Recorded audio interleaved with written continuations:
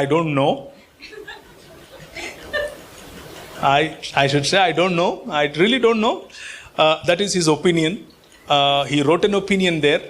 And Solomon ఆ ప్రసంగి పుస్తకంలో రాసిన ఒపీనియన్స్ అన్నీ అయిపోయిన తర్వాత లాస్ట్కి ఇచ్చే ఒపీనియన్ అది he concludes his life there.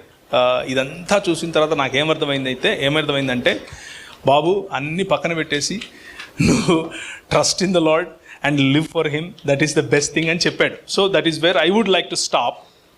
కానీ మీరు అడిగిన ప్రశ్నలో రెండవ భాగం ఏదైతే ఉందో అది ఆయన అన్నాడా మీరు చెప్తున్నారా? అది ఆయన అనలేదని నాకు తెలుసు, అందుకనే నేను అడుగుతున్నాను. కన్సిస్టెంట్గా లేకపోతే ఒక్క స్త్రీతో సాటిస్ఫై అవని పురుషులు లేరు అని మీరు ఎందుకు అనుకుంటున్నారో నాకు తెలియదు. అలా ఏం లేదు. ప్రపంచంలో చాలామంది ఉన్నారు.